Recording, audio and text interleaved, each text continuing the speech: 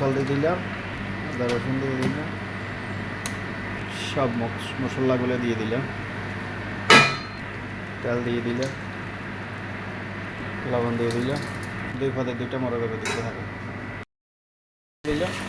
ঠিক আছে, কষানো হয়ে গেলো, ফ্রেশ টমাটো দিয়ে দিলাম, কষানো হয়ে গেলো, 4টা মাছের টমাটো দিয়ে দিলাম। ঠিক আছে, 4টা মাছ দিয়ে দিলাম, সবজিগুলো দিয়ে দিলাম ইনশাআল্লাহ।